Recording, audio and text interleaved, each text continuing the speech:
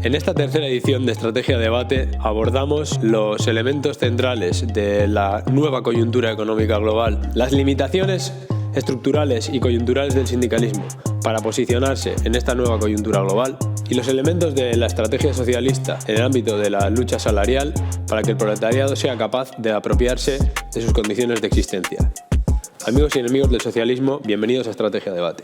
El capitalismo en crisis avanza hacia una reestructuración de la relación entre capital y trabajo. Un nuevo escenario marcado por una ofensiva general contra los salarios, la porción de la riqueza social destinada a la reproducción de la clase trabajadora. Ofensiva que viene acompañada por el aumento del desempleo estructural y la población sobrante. Las necesidades de la acumulación capitalista empujan así hacia un descenso constante de los salarios globales, cuyo poder adquisitivo no para de disminuir. A nivel global, esto se traduce en un aumento imparable de la desigualdad. Mientras el número de los desposeídos crece, se ensanchan los bolsillos de una burguesía financiera que ya concentra más de la mitad de la riqueza mundial. De este modo, un capitalismo cada vez menos rentable toma la forma de una auténtica guerra global contra el trabajo. El partido de la burguesía, con sus alas derecha e izquierda, ha sido el gestor político de un proceso económico que lleva fraguándose décadas. Desregulación financiera, bajada de impuestos al capital, privatizaciones, evasión protegida de capitales, ofensiva contra los sindicatos y otras organizaciones obreras, expolio de los ahorros de los trabajadores, creciente fragmentación de la producción y aumento incesante de la deuda pública. Nuevas formas de salario diferido, como las rentas de garantía, cobran cada vez más importancia ante la incapacidad del capitalismo para emplear a porcentajes cada vez mayores de la población. Por otro lado, la ofensiva capitalista ha tomado también la forma de un creciente desmantelamiento de servicios públicos como la sanidad y la educación, lo que supone una reducción del salario indirecto que los trabajadores reciben a través de estos servicios. El Estado capitalista, que financia estos servicios con el valor producido por la clase obrera, no duda en destruirlos cuando la situación económica lo requiere. El ataque contra todas las formas de salario es un ataque contra las condiciones de existencia de la clase trabajadora, pero un mundo sostenido sobre el salario es, y será, un mundo sostenido sobre la explotación de nuestra clase. Por eso, el objetivo de la organización revolucionaria es convertir la lucha por el salario en la lucha contra el salario. Porque no nos contentamos con salarios más altos o mejor repartidos. Lo que queremos es la abolición del trabajo asalariado. Empezamos con la mesa de este tercer programa de Estrategia de Debate. Por la izquierda tenemos a Mario de Rafael Marx, Adam de la Red de Autodefensa Laboral de Niñería y Lucía del Sindicato de Vivienda de Gasteiz. Bien. En los debates actuales sobre la cuestión de la estrategia comunista, hay unas posiciones bastante polarizadas entre quienes defienden la importancia central del sindicalismo y de las luchas económicas para tener significatividad y de alguna manera apelar a la clase trabajadora, y por otro lado quienes rechazan de plano el asunto sindical y de alguna manera dicen que hay que centrarse completamente en una lucha política quizá desprovista de elementos de coyuntura. En lo que respecta a la primera posición, que es la mayoritaria en las organizaciones y partidos que se autodenominan comunistas, hay que tener en cuenta que la mayor, de alguna manera, la tesis fundamental sería practicar un sindicalismo que de alguna manera permita conseguir conquistas y que esas conquistas de alguna manera puedan alimentar a la organización comunista. Esa es la vía que lleva a la cara P del sindicalismo, que es la reforma parlamentaria.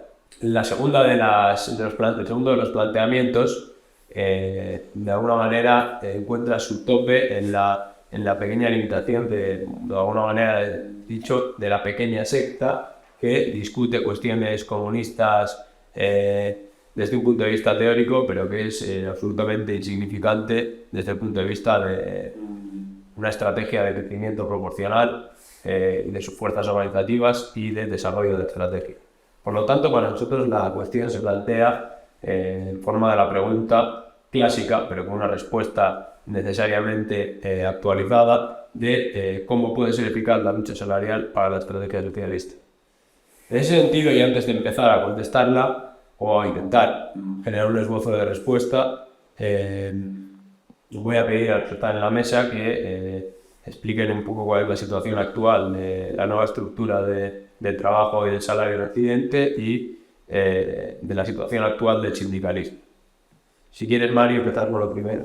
Sí, yo creo que la cuestión es que vivimos en un contexto marcado por una reestructuración de la relación de clase entre capital y trabajo que da lugar a una nueva estructura del trabajo y el salario, como se da muy claramente en Occidente. Y aquí en esto se juntan varios factores. Tienes por un lado un aumento del desempleo, con un crecimiento del desempleo estructural como consecuencia de otras cuestiones de la robotización, que da lugar a un aumento de la población sobrante, de aquella población que es expulsada de los procesos productivos.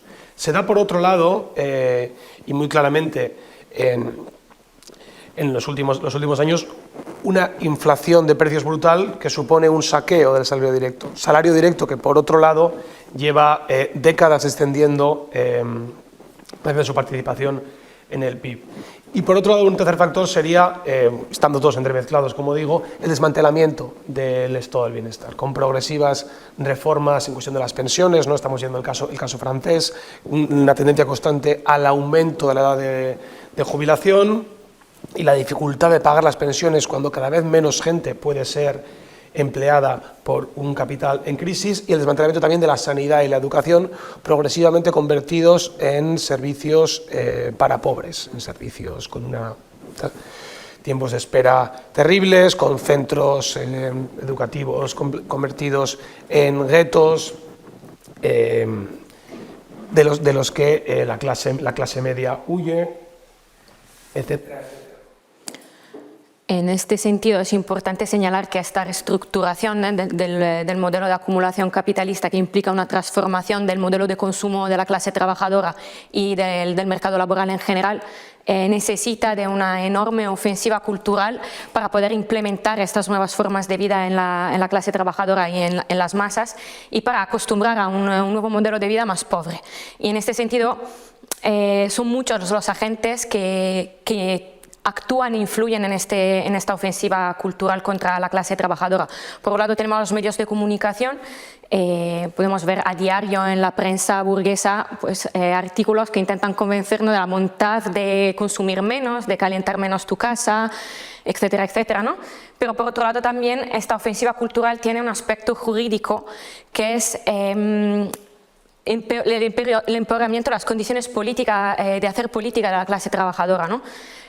Por ejemplo, se van implementando diferentes leyes y reformas, como puede ser tanto la cuestión del desahucio express del PSOE, ¿no? O la penalización de los pequeños hurtos, la reforma del Código Penal también.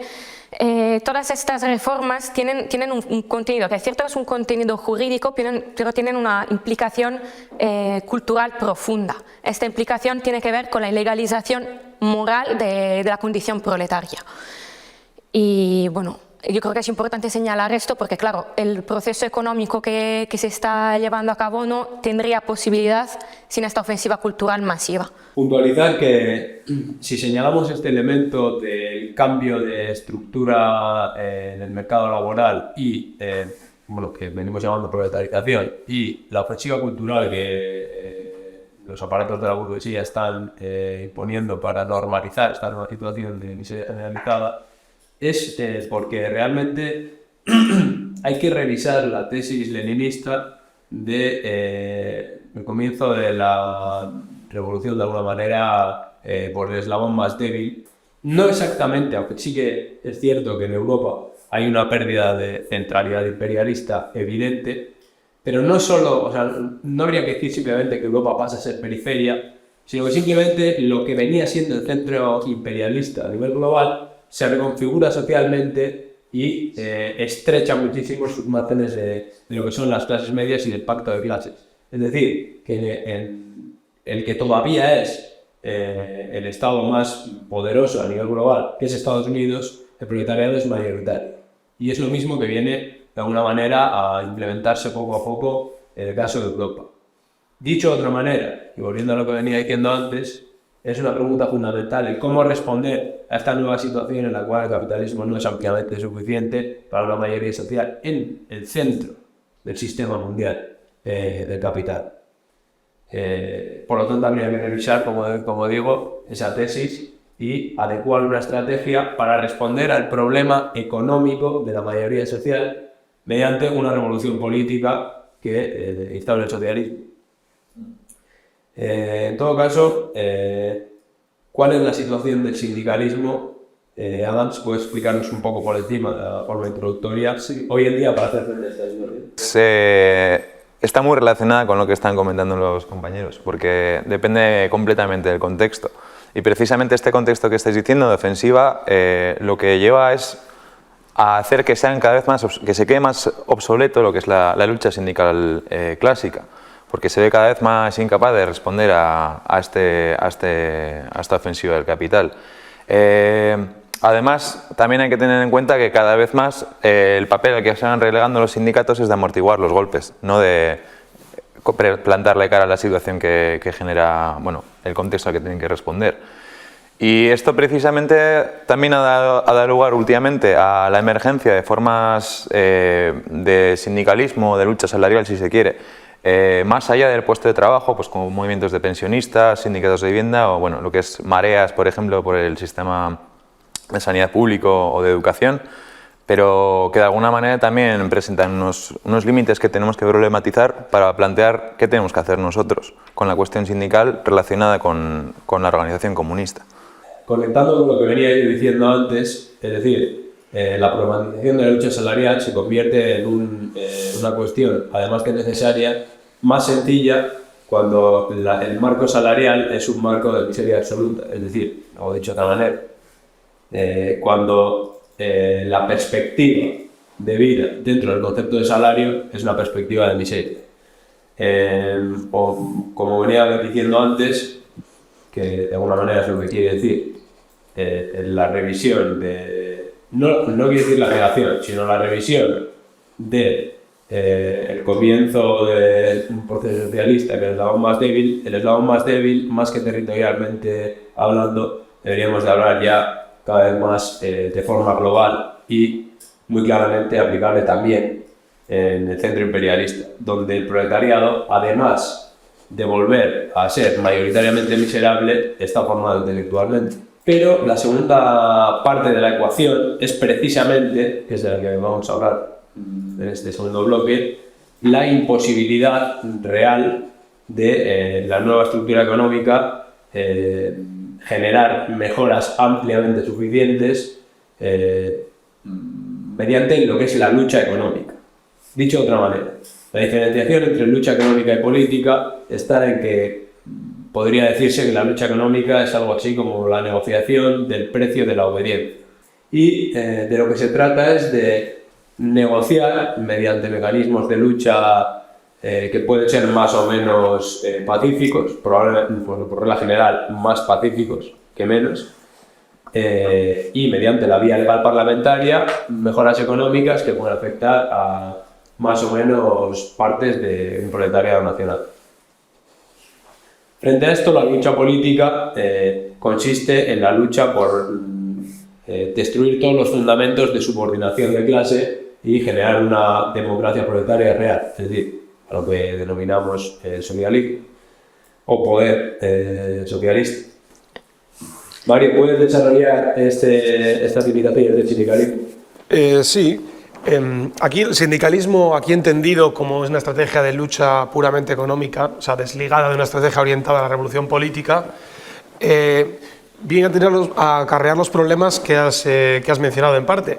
No problematizar la dominación de la burguesía y la existencia de una sociedad de clases, lo que implica la subordinación del proletariado, ni la organización de la sociedad en torno al trabajo asalariado, que se sigue de la dominación burguesa, ni la diferencia de salarios, ni la existencia de ganancia, que es la otra parte del salario, ni, como he dicho, la estructura de la sociedad de clase en su conjunto.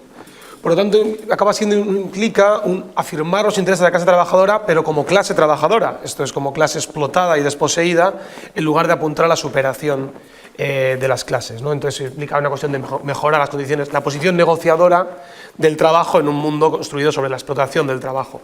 Y por lo tanto acaba implicando la subordinación de las luchas de la clase trabajadora a los límites impuestos por la misma relación salarial y por el Estado, o sea, la subordinación al Estado y a la forma salario. Es decir, aquí, por ejemplo, la estrategia clásica de los sindicatos integrados en un Estado keynesiano ha sido pues, políticas de contención salarial a cambio de ciertas mejoras o beneficios, y esto supone esencialmente un abandono político del proyecto socialista, que es el proyecto de que la clase obrera pueda construir y conquistar su propia emancipación, y algo que acaban cambiando por el ideal de un capitalismo perfeccionado, lo que los acaba convirtiendo en parte integral del Estado burgués, precisamente por estar desligados de una estrategia de construcción del poder socialista frente al Estado burgués y al capital. Sí, en este sentido, o sea, conectándome a lo que dices tú, me gustaría subrayar como esta falacia, ¿no?, de los sindicatos no es algo contingente que dependa de la voluntad de los dirigentes de estos sindicatos, sino que es un carácter que le caracteriza casi esencialmente a los sindicatos en la sociedad capitalista, ¿no? De hecho, tú has dicho, no ponen en duda pues, la existencia del salario, no ponen en duda la ley del valor. Eso porque los sindicatos se mueven dentro de los límites de la ley mercantil simple y claramente compra y venta de mercancía, la mercancía fuerza de trabajo, ¿no? Y en este sentido lo que quieren hacer es negociar las condiciones de la venta de la fuerza de trabajo. Y lo que pasa es que esa negociación se da de forma fragmentada, con una forma nacional o una forma sectorial, de alguna forma limita el contenido global de la cadena del valor realmente que está detrás luego de lo que están haciendo, ¿no?, los sindicatos. Quiero decir, la compraventa de la fuerza de trabajo no se limita solo en la compraventa de esa fuerza de trabajo, tiene luego unas conexiones mucho más amplias, ¿no? Y en ese sentido, pues los sindicatos tienden inevitablemente a una fragmentación tanto nacional como una fragmentación corporativa, ¿no?, según el sector o según la función técnica que tiene que desempeñar luego un trabajador específico. Eso les lleva, además, o sea, esta fragmentación nacional y corporativa, además del hecho de que tienen como interlocutor principal el Estado, porque luego en esa negociación el Estado es un sujeto imprescindible en esa negociación entre sindicatos, patronal y Estado. Los sindicatos tienden a trabajar según criterios corporativos representativos. ¿Eso qué significa? Que van a trabajar con esos sectores donde hay más representación. Hoy en día estamos hablando de la aristocracia obrera, ¿no? Eso conlleva a un aumento de la brecha dentro de la clase trabajadora y hace que lo que pactan los sindicatos a menudo se hace a espalda de otros fragmentos de la clase trabajadora, a espalda del proletariado la mayoría de las veces. Y eso pues va reproduciendo las divisiones dentro de la clase trabajadora. ¿Qué nos dice esto? Que los sindicatos hoy en día no son una herramienta. Los sindicatos tal y como se han ido configurando a lo largo del siglo XX, pues no sirven para la emancipación política y social del proletariado, ¿no? Lo has dicho tú, son una parte integrada en el sistema capitalista, son un instrumento de la sociedad capitalista para que se realice el salario a todos los efectos, tanto en una fase de ciclo económico en alza como momentos de crisis actuales, ¿no? Pactan básicamente la bajada del salario. En ese sentido, esos sindicatos que tienen grandes palabras, ¿no?, sobre pues, las movilizaciones de la clase trabajadora, que vamos a mejorar las condiciones de vida, etcétera, etcétera, etcétera, pues no hacen más que vender ilusiones. No hacen más que vender ilusiones y son capaces a veces de proponer unos ciclos movilizatorios que sirven en última instancia a la izquierda del capital, a atraer más votos, tienen fines electoralistas. Y yo creo que esta es una característica esencial en los sindicatos como se han ido configurando en el último siglo por lo menos. Sí, y aún y con todo hay que reconocer que los sindicatos durante bastante tiempo han sido efectivos de cara generar mejoras en la calidad de vida de distintos sectores de la clase trabajadora, los centros imperialistas especialmente. Los sindicatos y su vertiente parlamentaria, que son los partidos socialdemócratas. Es decir, porque no se puede entender el sindicalismo sin la reforma parlamentaria burguesa de la legalidad que rige el mercado laboral y de las prestaciones del Estado, que también forman parte del salario. O dicho de otra manera, la famosa tesis de Rosa Luxemburgo de que mediante los sindicatos realmente la clase trabajadora consigue que su fuerza de trabajo se venda por su valor. En todo caso, hay que entender que el sindicalismo y el Partido Socialdemócrata, de alguna manera, son las dos vertientes de una unidad de acción que es la lucha económica. Es decir, la lucha que renuncia completamente a destruir la sociedad de clases y a emancipar políticamente al proletariado, sino que se contenta con lo que es la reforma. Esta es la cuestión. Cuando decimos reforma, hablamos de reforma económica, no que no haya que hacer ningún cambio táctico. Cuando decimos revolución, decimos en cierta medida reforma política desde el punto de vista histórico. Es decir, se trata de transformar la sociedad a un estadio superior desde un punto de vista histórico, no meramente de reformar económicamente para ciertos sectores de la población una pequeña mejora de su calidad de vida. Decía que aun y con todo, los sindicatos habían sido instrumentos organizativos de amplios sectores de la clase trabajadora para mejorar sus condiciones de vida. Pero, Adam, si nos puedes explicar por qué ese ciclo sindical ha llegado a su fin en la coyuntura actual. Sí. Pues de nuevo también está relacionado con la reestructuración de la organización del trabajo y con lo que es la economía en general. Y evidentemente, en un momento en el que el salario directo, es decir, el que percibimos a través del trabajo, cada vez pasa a ser, se va perdiendo importancia frente a otras formas de acceder, por ejemplo, a medios de reproducir nuestras condiciones de vida, como un salario indirecto, pues servicios gratuitos cada vez más de miseria, etc. Los sindicatos están organizados o responden a una organización de la sociedad que está obsoleta también, que ya ha pasado. Además, luego también organizativamente, donde antes respondían a grandes centros de trabajo, donde hay una gran cantidad de trabajadores, que eso potencialmente puede facilitar la organización, ahora nos encontramos en un contexto donde la fuerza de trabajo está totalmente atomizada.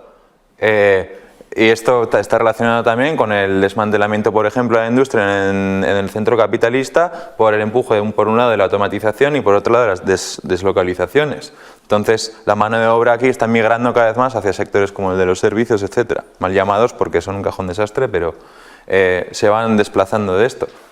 También al hilo de lo que estabas comentando, de la relación que es muy importante de ver entre cómo los sindicatos y la vertiente socialdemócrata de hacer política están relacionadas, quiero recalcar la idea de que al fin y al cabo en esta configuración actual y por el desarrollo que han tenido acaban por actuar como diques de contención de lo que son posibilidades del desarrollo revolucionario.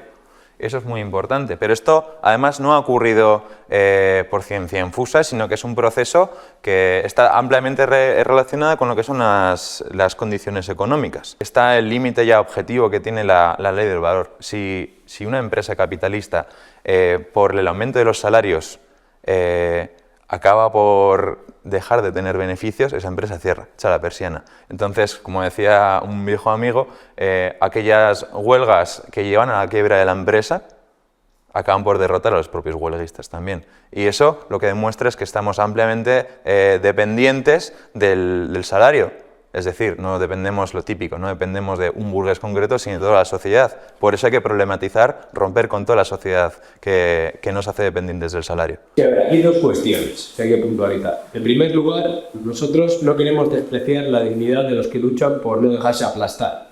O sea, es evidente en las huelgas de metal, otra serie de huelgas que tienen carácter sindical, mucha gente se arriesga y mucha gente pelea para que no la aplasten ni sus condiciones de trabajo ni su salario. Y eso es un mínimo indiscutible. Ahora bien, nosotros lo que estamos haciendo es una crítica política a que verdaderamente mediante esos mecanismos va a ser muy difícil que se consiga ningún tipo de objetivo. Es decir, que no es una crítica moral. Si bien es cierto que hay unas estructuras sindicales que están absolutamente establecidas en la institucionalidad del Estado. Y en segundo lugar, cuando estamos diciendo que la coyuntura del ciclo económico, desde un punto de vista recesivo, impide la posibilidad de conseguir objetivos económicos mediante la lucha, no estamos negando la necesidad de la lucha. Lo que estamos diciendo es que la forma de la lucha que adquiere la reforma, el sindicalismo y el parlamentarismo burgués se ha agotado y que la ofensiva es de carácter generalizado y que la única forma de replantear o reconducir la lucha a la efectividad es hacerlo de forma política y de forma que cuestione la caducidad de la sociedad capitalista y la caducidad de la existencia de los explotadores y su forma de organizar la producción. En este sentido, sí, tenemos que hacer una presentación completa, ¿no?, de las limitaciones coyunturales del sindicalismo actual. Tenemos que tener en consideración esos fenómenos de pequeño sindicalismo de la distribución, sindicatos sociales, movimientos sociales de corte sindicalista, etcétera, que sí que critican el capitalismo. Existen, pero y son cada vez más frecuentes, ¿no?, precisamente porque venimos de una burocratización de los grandes sindicatos, etcétera, y precisamente porque venimos de una coyuntura y una fase del capitalismo en que la presencia del salario directo es cada vez menor, pues se han ido estructurando en Europa por lo menos movimientos sociales de corte sindicalista que trabajan diferentes temas, ¿no?, como la vivienda o también el ámbito salarial, también ya de salario directo. Y aquí para hacer una crítica al sindicalismo actual completa, tenemos que hacer una crítica política también a estos sindicalismos y señalar sus límites.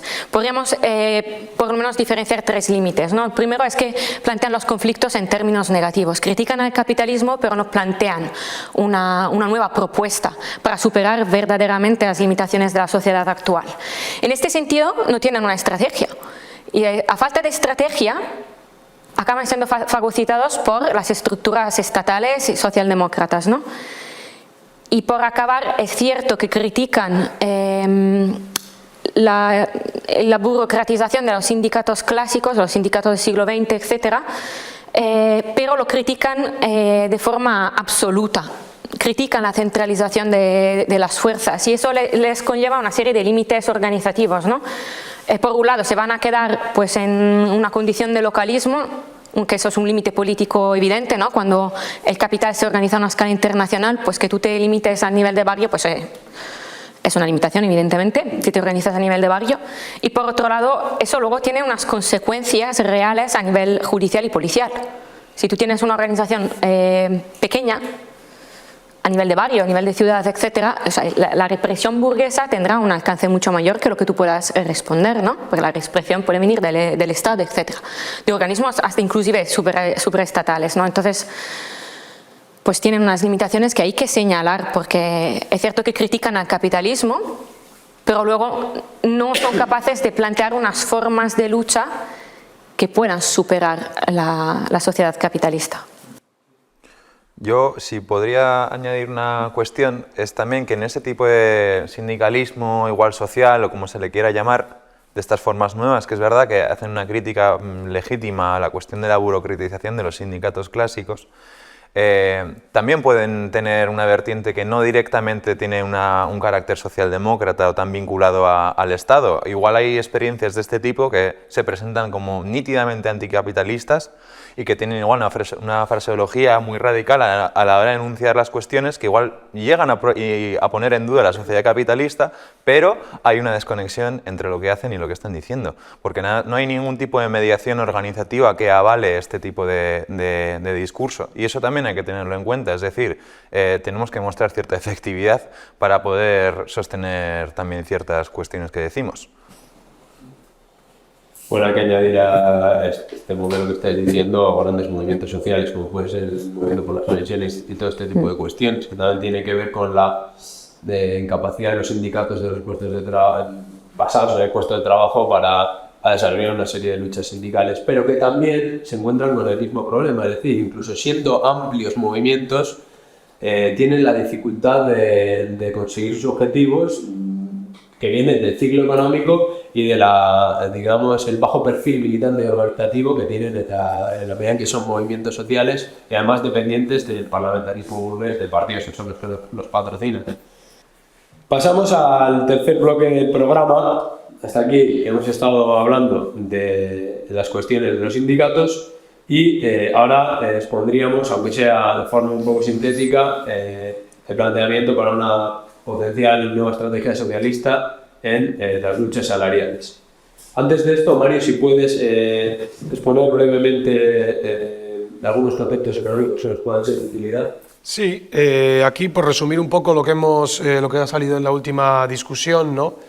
El problema esencial de la socialdemocracia es que se trata de una lucha por la redistribución que no cuestiona la producción o la producción capitalista y por tanto no es capaz de unir medios y fines en una organización, en una estrategia destinada a superarla, incluso en sus expresiones más radicales que ya hayáis mencionado.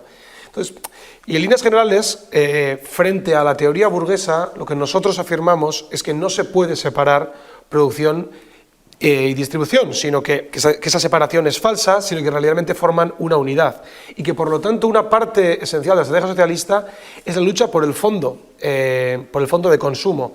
Un fondo de consumo que hoy en día está controlado por la burguesía en la medida esencialmente no solamente que es consumo de mercancías producidas de forma capitalista y que el consumo del obrero es un momento de su reproducción como fuerza de trabajo, ¿no? Entonces, hablamos, por ejemplo, de la cuestión de la propiedad privada de la vivienda y el control de la vivienda por una clase de rentistas integrada en la burguesía. Hablamos del control de la sanidad y la educación por parte del agente colectivo de la burguesía, que es el Estado, y entendemos que esta transformación y control proletario del fondo de consumo es parte integral de la estrategia también, que lleva consigo también la lucha por la transformación revolucionaria de la producción. Sí, cuanto a la forma de integrar las luchas salariales dentro de una estrategia socialista más amplia, pues hablamos de autodefensa socialista, ¿no? Precisamente para poder conjugar los medios con los fines y también para llevar adelante no simplemente luchas salariales cuanto al salario directo, sino luchas salariales que sepan abordar el tema de todas las luchas por todos los espectros del fondo de consumo de la clase trabajadora, ¿no?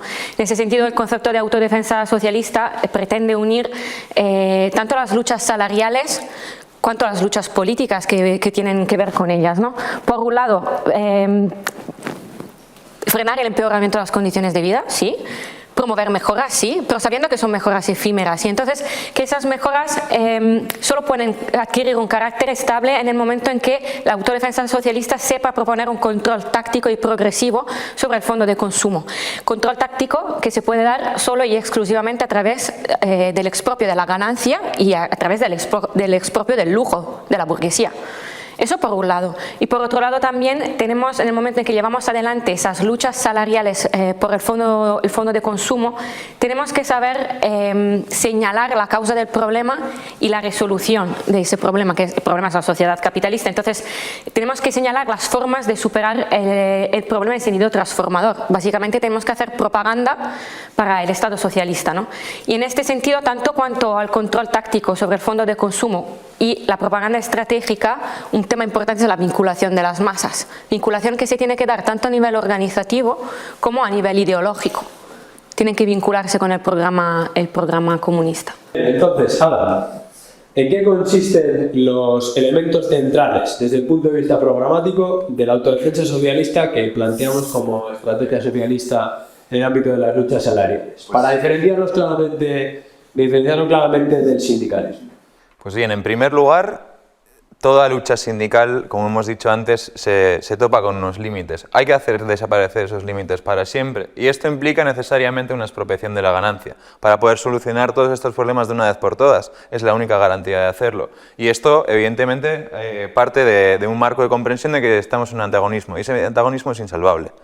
Además, al hacerlo también tenemos que proponerlo desde un punto de vista de condiciones igualitarias y universales para todo el mundo, y no como hacen los sindicatos desde intereses corporativos, ya sea de sector, por ejemplo, o de intereses de tipo nacionalista, que separan a la clase trabajadora. No profundizamos y reproducimos esas divisiones que hacen ellos. Y, finalmente, también tenemos que ir planteando, de alguna manera, ir cambiando la convicción cultural que hace que la gente piense que hace falta trabajar para acceder a tus medios de consumo, y tenemos que plantear precisamente lo contrario, que no es el trabajo lo que tiene que arreglar nuestra manera de acceder a los medios de vida, sino que por el hecho de ser personas todos tenemos que tener acceso a ello de manera, como he dicho antes, universal, de calidad y evidentemente gratuita. Bien, por lo tanto, expropiación global de la ganancia, creación de condiciones universales de existencia y el nuevo modelo de distribución basado en la separación entre trabajo y acceso a la riqueza. Pero ojo, porque con esto no queremos decir, como ya dijimos en otro programa, que nosotros planteemos que no va a ser necesario trabajar. Por el contrario, esta estrategia de progresivo control mediante la lucha sobre la forma de la distribución para transformarla de una forma salarial a una distribución socialista. Estamos hablando de alimentación, estamos hablando de vivienda, estamos hablando de todas las cuestiones que importan realmente a la gente. No puede ir desconectada de una estrategia simultánea para la toma de control de los elementos de la producción. Un reparto equitativo del trabajo, a diferencia de la forma capitalista regida por la ley del valor, que tiene a gente trabajando 10 o 12 horas o hasta 14 horas, y a un inmenso ejército de reserva desempleado. Es decir, reparto equitativo del trabajo, aumento, por lo tanto, de tiempo de disposición personal, o lo que, dicho de otra manera, significa reducción global de la jornada laboral, y junto con todo esto, la creación de un nuevo modelo de sociedad basado en la riqueza universal y no en la riqueza particular de una minoría social, que libere todas las capacidades intelectuales, morales y artísticas que están comprimidas por la miseria capitalista, y que se estructure sobre una base de producción y de respeto con respecto a los ecosistemas y la naturaleza. Pues con esto damos por finalizada la mesa de debate. Gracias a los tres por participar y damos paso a la entrevista.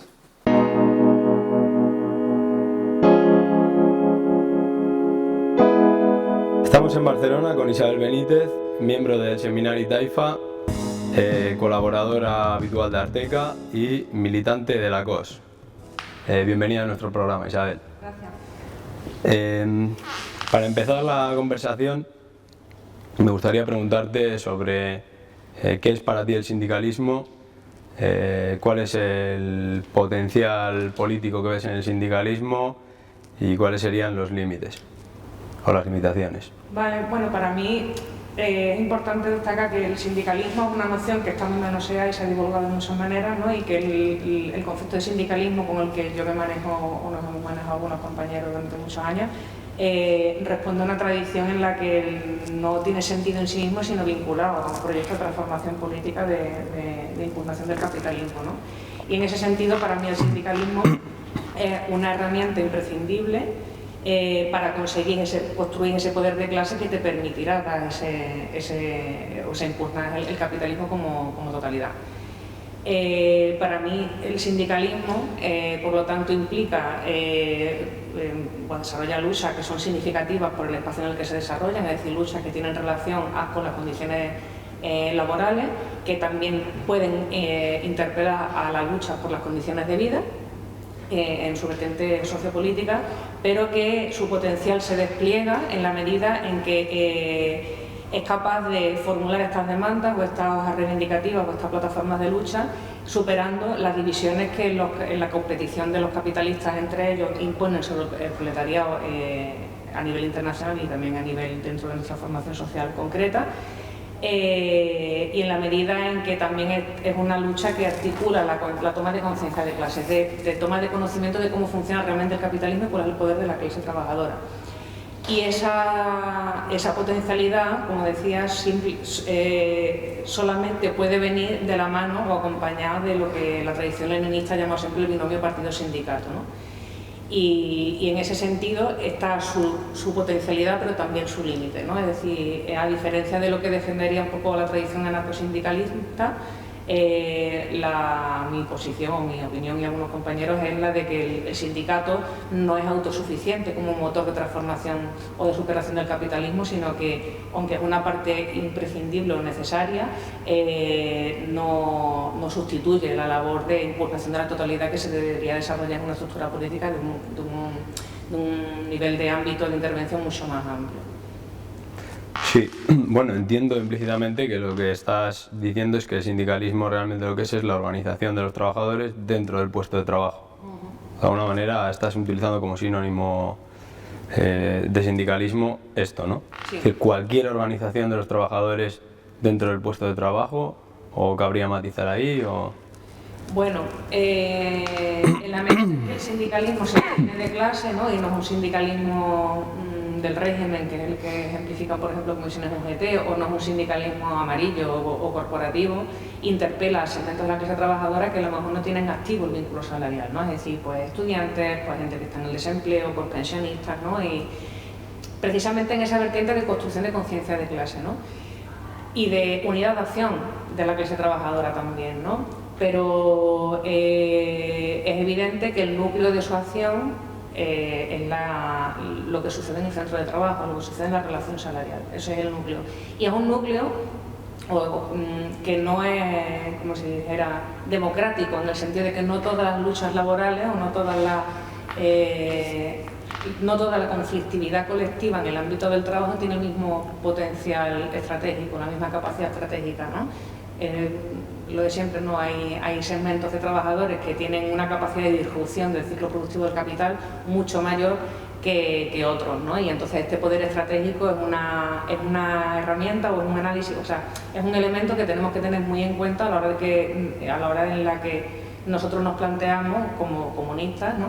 el desplegar un proyecto de impugnación del capitalismo. No es una cuestión democrática de que todo el mundo pueda participar, sino que aunque todo el mundo deba y pueda participar, es evidente que hay sectores en los que es más importante o imprescindible estar organizados y plantear la conflictividad en unos términos y no en otros que en otros, ¿no? Es decir, es muy importante históricamente, que hemos comentado en algún momento, la politización de segmentos estratégicos, como por ejemplo los estibadores o la gente que descarga los puertos, y precisamente el peso que tiene ahora mismo en la producción just in time, los ciclos de transporte y de reposición de mercancías. Es muy importante que esos trabajadores estén politizados y estén relacionados con el proyecto político, porque es un espacio que si no se politiza por nuestra parte se despolitiza o se politiza o se pone al servicio indirectamente del capital, bien sea porque no se avienen a otras causas de la clase trabajadora, bien porque compiten con otros segmentos de la clase trabajadora, bien porque anteponen su beneficio corporativo al impacto que pueden tener esos beneficios sobre el conjunto de la clase trabajadora. No sé si me explico, ¿no? Sí. Es un juego de suma cero, es gente que tú no ganas, gente que pierdes, pero esta gente para ganarla no la puedes ganar desde fuera. Tienes que tener una intervención significativa desde el interior, y en ese sentido, por eso yo soy especialmente enfática en la necesidad de organizar a la clase trabajadora en el centro del mundo. Bien, dando por lugar común el llamar sindicalismo a la organización de la clase trabajadora dentro del puesto de trabajo, cosa discutible, pero en lo que no vamos a entrar. Dos preguntas. La primera, has dicho organizarla en un sentido y no en otro. ¿Podrías especificar entonces cuáles son los objetivos de un sindicalismo revolucionario? Y la segunda, ¿tiene sentido ese sindicalismo sin la existencia de un partido que apunte a las limitaciones de esa propia actividad sindical y que una estas luchas dentro de los puestos de trabajo al objetivo estratégico de un Estado socialista, de un poder socialista del proletariado? Las cualidades de un sindicalismo revolucionario deberían ser el tener muy claro que es un medio para un fin. A lo mejor esto es doloroso para la gente que ha construido una mitología en torno a la historia del movimiento obrero, una mitología o un relato épico que bien se merece esas páginas épicas, que realmente ha conseguido o ha hecho cosas muy meritorias, ¿no? Pero no es un fin en sí mismo, es un medio, ¿no? Entonces, ¿cuál es un medio, o sea, es un espacio en el que tú puedes hacer una labor de concienciación política muy profunda, ¿no? De cuál es el poder real que tiene la clase trabajadora, en tanto que si se paraliza, sobre todo en los sectores más críticos, ¿no? De la acumulación y de valorización del capital, que expresa directamente el poder de clase sin tener que hacer grandes divagaciones. Es un espacio en el que se practican estrategias y gimnasia revolucionarias de mucho tipo, ¿no? Y es también un lugar en el que confluyen diferentes segmentos. Bueno, yo qué sé, el proletario está condenado a trabajar para comer, entonces de alguna manera también no sé, genera posibilidades de acción colectiva diferentes a las que se pueden generar en otros espacios diferentes, lo dejamos así. ¿Tiene sentido construir un sindicato sin estar vinculado a un proyecto político? Pues no, no lo tiene. A no ser que, o sea, bueno... no un espacio político. Desde una perspectiva dura de estrategia, es en plan, no, tú necesitas el PAC, pero lo necesitas. Porque la experiencia dice que todas las retóricas que ha habido, bueno, yo qué sé, uno de los principios, o sea, el sindicalismo inocuo no era cuando ha requerido una labor de acoso y derribo y desmantelamiento explícito muy intensiva, y que lo más claro es lo que pasó durante el mandato de Thatcher, ¿no? en el Reino Unido, porque sí que era una fuente de poder de clase. Lo que pasa es que era una fuente de poder de clase, como decíamos, con sus limitaciones y no se vincula a un proyecto revolucionario. Y toda la retórica que ha habido en los últimos años de sustitución de ese poder de clase por otras fuentes difusas, o la renegación de la capacidad de toma de conciencia de clase en relación a la actividad salarial a través de otro tipo de luchas o de frentes o de movimientos sociales o lo que fuera que se han ido desarrollando de los años 90 para acá, pues han demostrado bastante estériles, por lo menos de momento, ¿no? Por eso, desde una perspectiva de estrategia dura, no tiene sentido articular el sindicato sin el proyecto político, pero tienes que articular el sindicato. Lo necesitas. Entonces, ¿qué viene antes? Bueno, pues yo qué sé, por esto ¿qué viene antes? Es una pregunta que no tiene sentido, ¿no? Porque es un proceso en el que se van madurando condiciones y en la que incluso la propia lucha sindical es la que ha generado en algunas ocasiones la necesidad de superar ese marco, ¿no? La necesidad de ir más allá. Si tú eres consecuente con unas reivindicaciones por condiciones de vida hasta el último nivel o hasta el último punto, eso te exige pasar por una estrategia socialista, te exige, o una estrategia revolucionaria, te exige superar el estrecho marco en el que tú te mueves, porque en realidad el sindicalismo presupone la relación salarial, el sindicalismo presupone la explotación capitalista, pero en la medida en que tú impugnas cuantitativamente la explotación, puede ser que en algún momento, o sea, puede ser no, sucede que en algunas situaciones eso te lleva a una impugnación cualitativa de la propia explotación capitalista y por lo tanto interpela a formas de organización política superiores, ¿no? Que serían el partido. ¿Un pequeño sindicato como la COS podría ser el germen de un partido comunista? Yo qué sé, no sé, es una pregunta muy amplia esa. No, bueno, es la misma pregunta de forma más concreta. La coordinadora obrera sindical tiene yo creo que tiene un peso histórico, un papel histórico muy interesante, ¿no? Porque para empezar lo primero es tomar conciencia de que jamás seremos un sindicato de masa, por la propia definición del espacio político en el que nos movemos. Jamás el independentismo, jamás el ser comunista o ser socialista ha sido una apuesta ideológica o una cosa masivamente extendida, siempre es una cuestión de minorías, ¿no? Lo que sí que es la vertiente que defiende una perspectiva de independencia de clase neta, ¿no? En la cosa es muy difícil, en un sindicato es muy difícil encontrarse desviaciones interclasistas. Te las vas a encontrar de carácter corporativo, de carácter economicista, o te vas a encontrar diferentes concreciones de modelos de acción sindical. Pero sí que es un espacio de independencia de clase potencial que no te ofrecen espontáneamente otros espacios, otros marcos organizativos.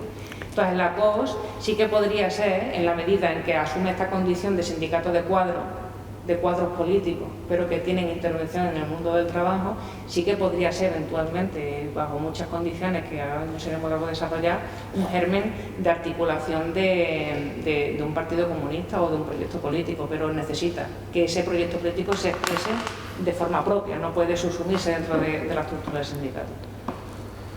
Bien, bueno, te puntualizo, yo no estoy de acuerdo con la idea de que el comunismo no pueda ser hegemónico entre las masas y además tampoco con que no lo haya sido.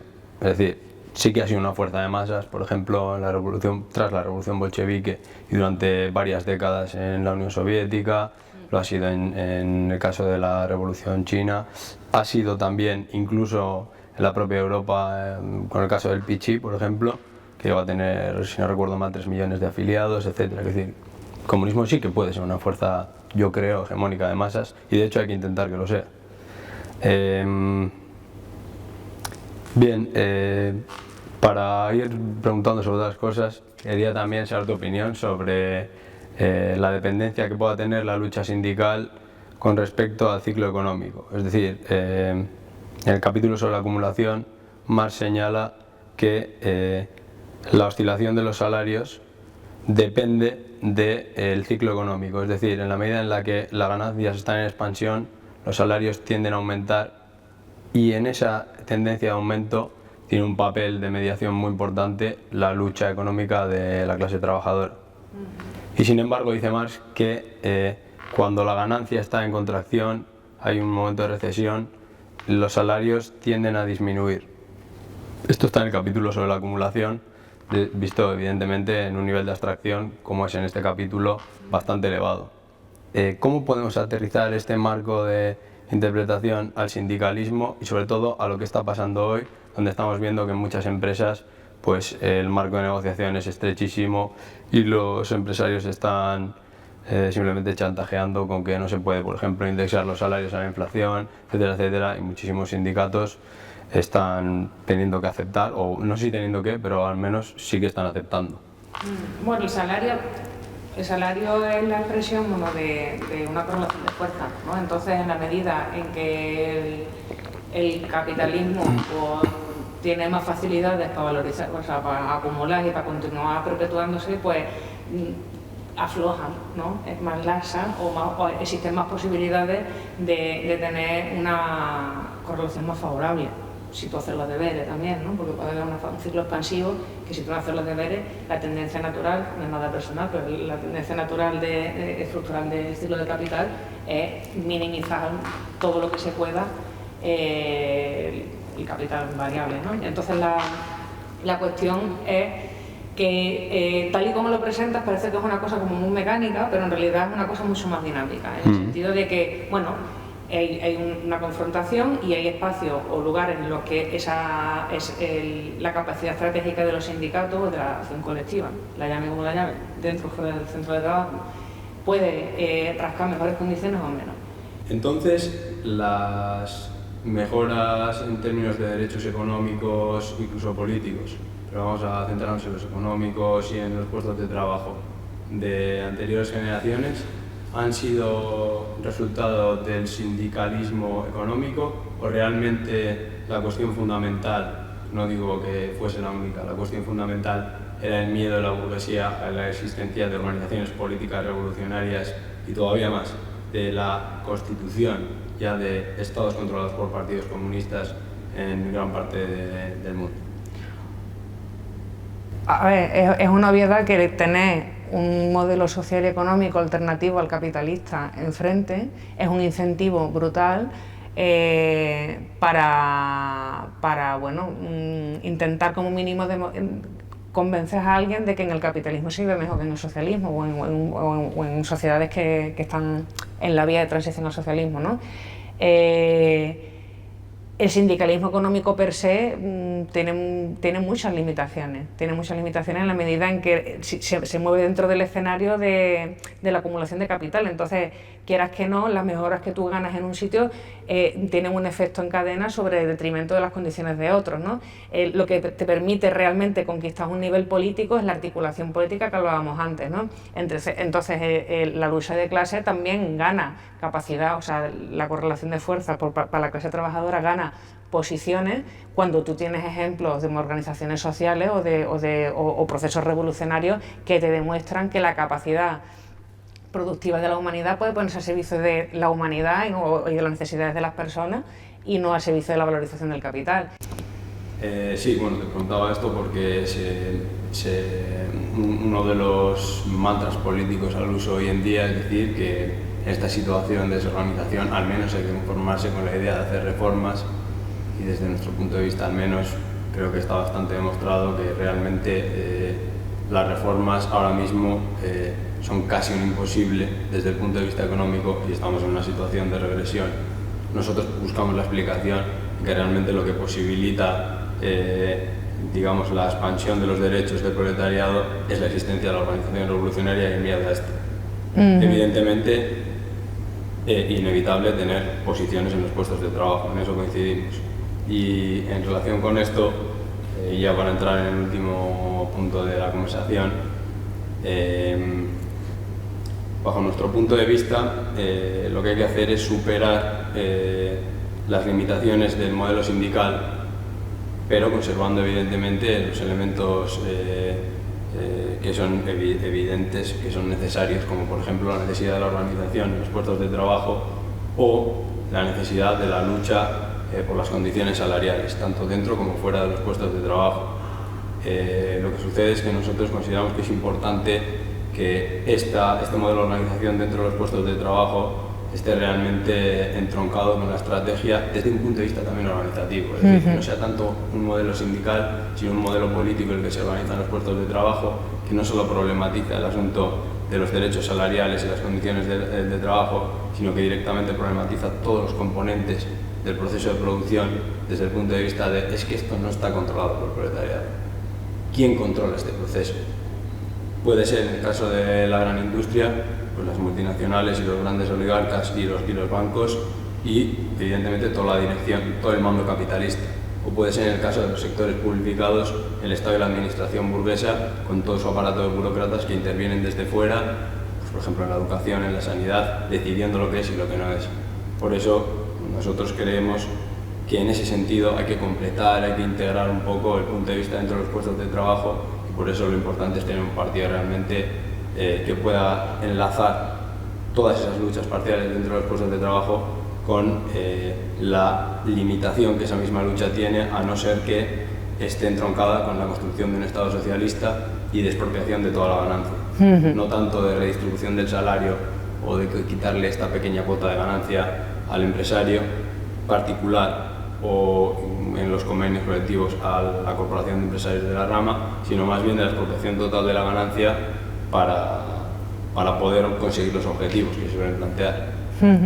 Entonces, justamente, habiéndote explicado cuál es más o menos el punto de vista general que tenemos, te quería preguntar cómo ves tú la relación de esta lucha salarial, este sindicalismo dentro del puesto de trabajo y la relación que este tiene que tener con la estrategia socialista.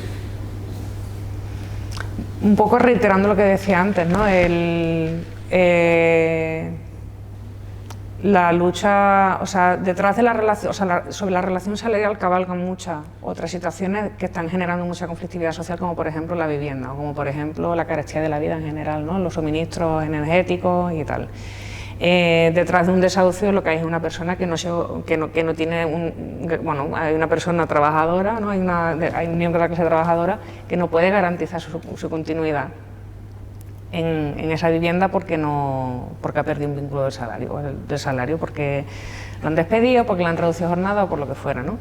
Entonces la cuestión es que el enfoque de las diferentes expresiones de carestía de la vida, ¿no? De condiciones de carestía, de retroceso de las condiciones de vida de la clase trabajadora en toda su diversidad y amplitud, que implica desde la gente afectada por la ley de extranjería hasta la gente sometida a la individualización de las relaciones de trabajo, como por ejemplo el capitalismo de plataformas, ¿no? Los Uber y tal, y por medio pues tenemos todo el funcionariado, o tenemos lo que es los trabajadores de la industria privada o del sector privado y el sector público en diferentes contratas, subcontratas, incluso en el sector cooperativo y sus correspondientes a trabajadores asalariados, ¿no? El vínculo salarial, articular la lucha desde el sindicato te permite ampliar o abarcar un abanico muy amplio, incluso incorporarías a los presos, y los trabajos semigratuitos que se hacen en prisión, que cada vez están teniendo más importancia y que incluso también te permite interpelar a lo que sucede con las personas discapacitadas